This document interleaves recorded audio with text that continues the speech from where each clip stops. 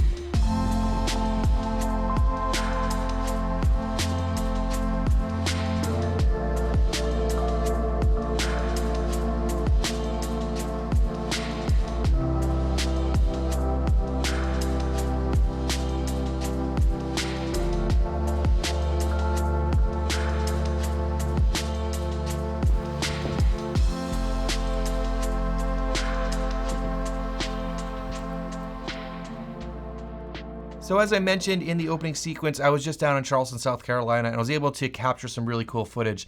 I also got a chance to connect and hang out with my buddy Tyler Edwards, and he took me to some really cool spots to shoot, so that was a lot of fun. All right, so full disclosure, 7Artisans sent me these two lenses to test and review. They don't get to see this video before it goes out. They don't have any input in the video. They didn't pay me anything to make the video, and the opinion about these lenses are my own, but I want to be really upfront with everyone how I acquired these lenses.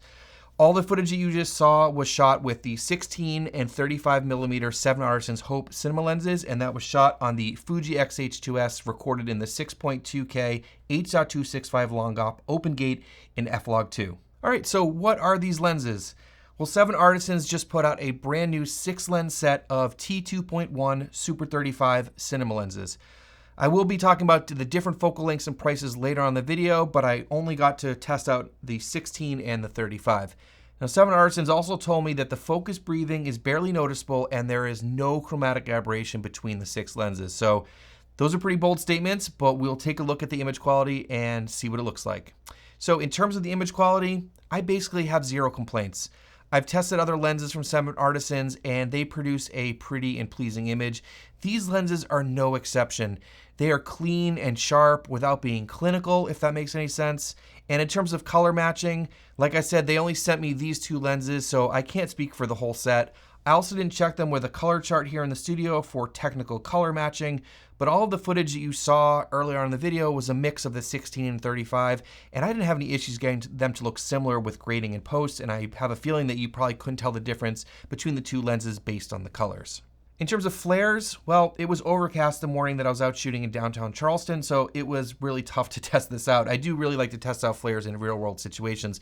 when I went out later to shoot sunset, and I did get a few shots that demonstrate this, and that was sort of the second part of the opening sequence.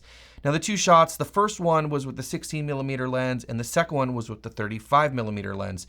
It seemed like the flares were a little bit more controlled with the 35mm lens than the 16mm lens, but I didn't see any significant veiling flares while out shooting, but there was just a few ghosting flares that you could see in those shots, and I think the contrast held pretty well. So then I tested these two lenses here in the studio and pushed it pretty hard with an extreme example using a very bright flashlight very close to the lens. Now both lenses definitely show some veiling flares here when pushed really hard. The 16mm lens does have a lot more of those ghosting flares than the 35mm lens does. And the ghosting flares is really a personal preference thing, and those, you know, you can like them or not like them. You can like having a lot of those or not a lot of those, so that's totally personal preference. But I just want to demonstrate what those look like as much as I possibly could in the real world, and then also here in the studio. In terms of focus breathing, the 7Artisans did say that these lenses should not have very noticeable focus breathing, and from my tests here, they definitely look really, really solid, especially for the price point. I think the 16 breathes just maybe a little bit more than the 35. But again, for the pricing, which I'll talk about later, these are affordable lenses. These lenses both perform pretty well in terms of focus breathing. In terms of chromatic aberrations, I didn't actually test this out, but I was trying to look for them in any of the shots that I was getting while I was out shooting and while I was grading, and I didn't really notice any. So in my normal shooting, which you saw at the beginning of this video, I didn't see any chromatic aberrations. Next, let's talk about the build quality and design of these lenses. Now, the 16 and 35 are very similar to the rest of the set. They have this cool sort of flashy paint job, and the numbers are recessed and have this cool paint on them. These come in silver or black. Of course, these are the silver ones. So let me give you a quick tour around, let's say the 35 here to give you an idea. These are going to be very similar to the other ones in the set. Starting off, it has a metal lens cap. And on the rear, if we take this off, we have a all metal lens mount, but it does not have any weather sealing. But overall, in terms of the build quality of these lenses, I have pretty much no complaints. They feel great in the hand. They have a nice weight to them. They're metal. The focus and the aperture both have a really nice feel. They're not too stiff, not too loose. They're quiet. They just feel really good in quality. Of course, I can't really speak on the durability of these long term because I just got them and I've just been using them a little bit. In terms of the focus throw, it's about 230 or 250 degrees. It's pretty lengthy, so you have to keep that in mind if you're pulling focus by the barrel, but if you're using a follow focus or something like that, you do have a lot of accuracy with that. But like I said, great build quality and really no complaints about that in my opinion. Now these are available in a few different mirrorless mounts. These are for the Fuji X mount, but they also come in E mount, Canon RF, and Micro Four Thirds. Now they all have a 77mm filter thread, which is awesome because it's uniform across the set, and they can all take front filters except for the 16mm RF mount one. I don't know why.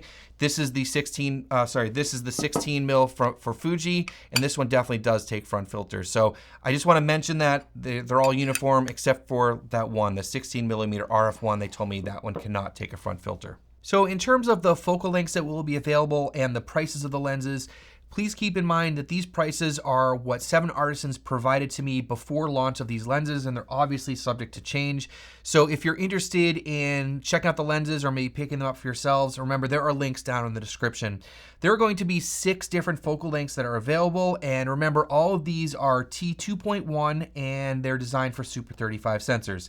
So the 6 different focal lengths will be 10, 16, 25, 35, 50, and 85 millimeters.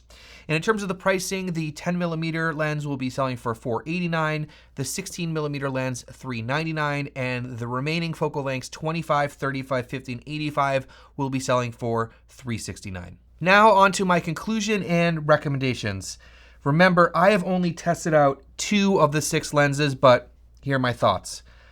I don't really have many complaints about these lenses. The only negatives that I can really come up with are the fact that the lenses are only T2.1 and they're designed for Super 35 sensors. So if you want faster primes or you want lenses that are designed for full frame sensors, then these may not work for you. But those are kind of the only negatives I could come up with. I really like the build quality. I like the performance a lot, and they're really fun to use. I do think they provide a decent amount of value based on the pricing at launch, and it's also really cool to see 7Artisans launch with a full set of 6 lenses. I see a lot of companies putting out smaller sets of 2 or 3 lenses, and sometimes they add more lenses later, sometimes they don't. It's really cool that they're coming out with a full set of 6, so if you need certain focal lengths for what you need in your situation, you can pick and choose, or you can get a really robust set of 6 lenses. Now, I know there are a lot of other budget-friendly or affordable cinema lenses out there in this price range from companies like Sure, Mikey, and even 7Artisans. Unfortunately, I haven't tested many of them to give you my opinion about how these stack up against the competition though. But I think they're in that ballpark of these more affordable cinema lenses, and like I said, the build quality and performance is pretty awesome on these lenses. So big thanks to 7Artisans for sending these lenses to test out. Please, like I said before, check out the links down below if you're interested in these lenses. Thank you so much for watching, and we'll see you in the next one.